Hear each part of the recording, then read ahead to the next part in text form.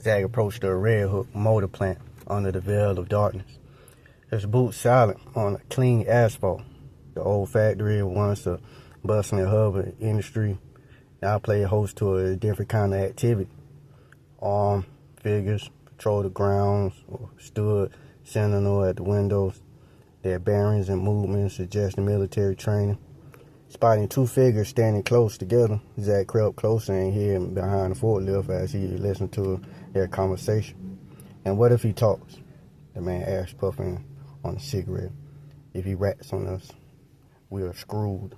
"Leo won't rat on us," the second figure, a woman, said. "He could be bound and gagged in some hole, but he'll still be loyal to us." Zach's heart tightened at the mention of Leo Gratz. Apparently, these two didn't know that Leo had already killed himself, and an act that only solidified Zach's suspicion about the death of his conspiracy. "Leo's silence doesn't mean we're safe," the man insists, pacing like a caged animal seeking escape from his inevitable fate. "They'll find another angle. They always do. Then we'll be ready for them," the woman replied, studying the two figures from his hiding place. Zach realized he would need to question one of them about Angela's whereabouts. The factory was far too massive for him to go blindly searching for her, not if there was another way. Zach's gaze flitted across the cavernous space, taking in derelict machinery and scattered debris with a tactical eye. He needed a diversion, something to separate the two figures who might hold the key to Angela's whereabouts. As if in answer, his attention settled on an aging convoy belt laden with rusting car parts. A plan took shape. Moving quietly, he edged towards the control panel nestled in the shadows. Its buttons worn by time and neglect. A smirk touched the corner of his mouth as he pressed the sequence. The machinery groaned into life with a jolt. The conveyor belt lurched forward, sending a cascade of metal components clattering to the concrete floor. The din was thunderous in the stillness of the night. "Go check it out," the woman said to her companion.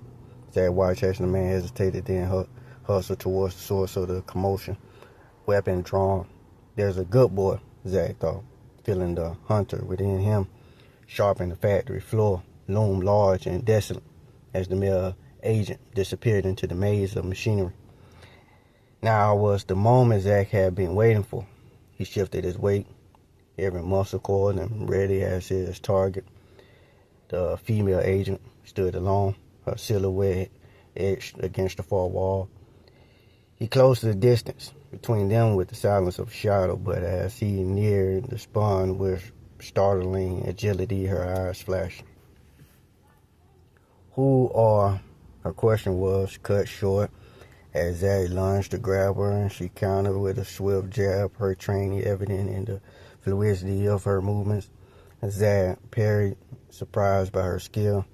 She tried to level her weapon at him, but he struck it out of her hand and it went careening through the air. Then one of her fists struck his gut. He doubled forward, grabbing her.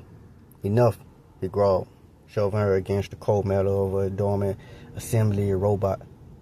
He slipped his gun beneath her chin, and she immediately stopped fighting. She glared at him, defiant. "Where is Dr. Horwitz?" Zach demanded. "Is she here? Even if I knew," she said, "I wouldn't tell a government stooge like you."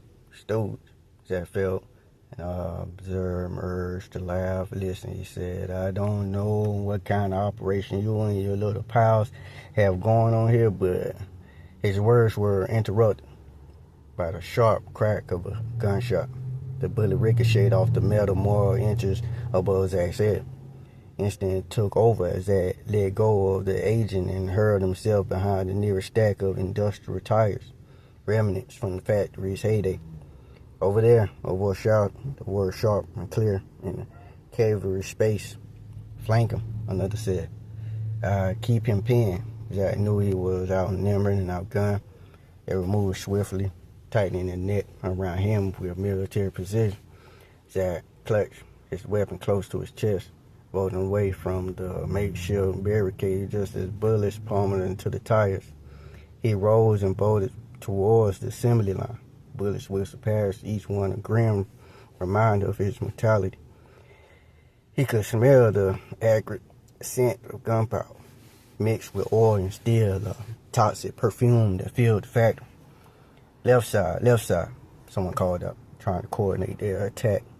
Zach's boots pounded the gritty floor, every muscle coiled and ready to react. He ducked under a robotic arm once used for welding car doors. Its dormant state belying the deadly potential it still possessed. With a practiced motion, he sprung a control valve, releasing a hiss of steam into the air. "Watch your six," an agent yelled momentarily, disoriented by the sudden cloud billowing around them.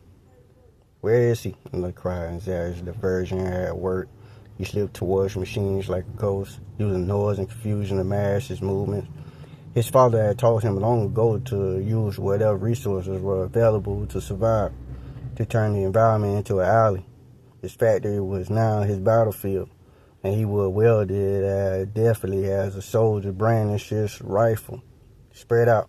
You can't have gone far," a deep voice ordered.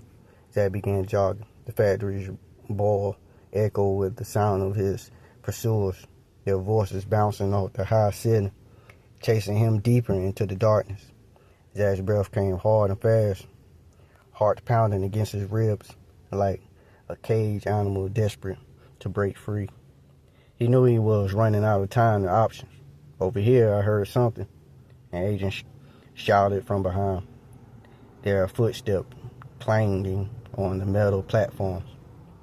He needed to disappear, to become one with the shadows that danced along the grimy walls of the Red Hook motor plant. As he sprinted through a narrow corridor, the stink of oil and sweat thick in the air, Zach's mind raced for a plan, any plan that would give him the upper hand. "Check every corner," another voice commanded. "Closer now, more urgent." Zach rounded the corner, and there it was, an office, a beacon of faint light beneath a door cracked open, but guarded by an armed man whose silhouette was outlined by the dim glow from within. The man's stance was lax, unaware of the storm headed his way. "I wonder what's these guarding," Zach thought. The guard noticed Zach at the last second, bringing up his weapon with trained precision. "Stop right there," he shouted. But Zach was faster. His fingers squeezed the trigger before the other man could fully raise his gun, and a sharp report echoed through the factory. The guard crumbled to the ground. Jim, do you copy?" It was the fallen man radio. Zach ignored it and approached the door. With two swift kicks, the locked door gave way under the force of his boot, splintering wood adding to the cacophony of his entry. He stepped into the office, his weapon raised, only to discover a middle-aged woman tied to a chair, staring at him with wide, clover-green eyes. "Dr. Angela Horowitz," Zach asked. She nodded, swallowing hard. "That's right. And who are you?" "Zach Force, Department of National Security. I'm here to get you out." His gaze swept over the room, cataloging it. There was a door at the back. He just hoped there wasn't a dead end. "Thank God," Angela whispered, her voice shaking. "I didn't think anyone would come. Let's worry about things later. Can you walk?" He cut through her binding with a pocket knife, watching her rub circulation back into her wrist. "Yes, but where?" She started rising and stealing to her feet. "Later, follow me and stay close." The thumb of heavy boots drew near. "They're here," Zach said, pushing Dr. Angela Horowitz towards the back door. "Move. It's locked," Angela said, gesturing at the padlock, securing the door. "We can't." Zach shot the lock, which snapped apart and fell to the ground. It was a risky decision, given the chance of a ricochet, but there was no time for second guessing. Zach kicked the door open, and they rushed through a second office before finding themselves out in the open space of the abandoned automotive factory once again. They moved swiftly, Angela keeping pace as they navigated through the tangled innards of the factory. Every shadow seemed to move, every noise a potential threat. Zach's senses were on high alert, his father's presence some ghostly weight on his shoulder. "I can hear them behind us," Angela whispered fiercely. "Keep moving. I'll worry about them." Zach turned around and fired at a pair of agents as they rounded a corner. They retreated, ducking for cover. "Will they ever stop?" Angela gasped as she and Zach sprinted forward. "Not until they got what they want," Zach replied grimly. "Or they're all dead." They needed to get outside, needed to find their way back into Zach's vehicle, but as he and Angela neared the loading door leading out of the factory, several figures opened fire at them from behind a barricade of steel barrels. Zach grabbed Angela's arm and jerked her behind the frame of a tireless car. Zach looked back the way they come and saw several more agents rushing towards them. They were surrounded. "We can't just sit here," Angela said. "We have to do something." As Zach spotted it, a suit of gray used to train run off from the factory floor. It was a tight fit, but they could squeeze through. "Dr. Horowitz," he said, pointing at a grate. "We're going underground. Are you crazy?" "It's a lot less crazy than staying here. Come on." Crouching low in the hope that none of the agents would see their escape, Zach grabbed Angela's arm and led her to the drain.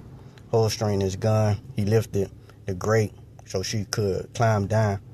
Then he followed her down, closing the grate above him. He descended the ladder and then paused at the bottom, listening, his nostril full of strange chemical odor of the plant's runoff. Footsteps drummed overhead, passing the drain.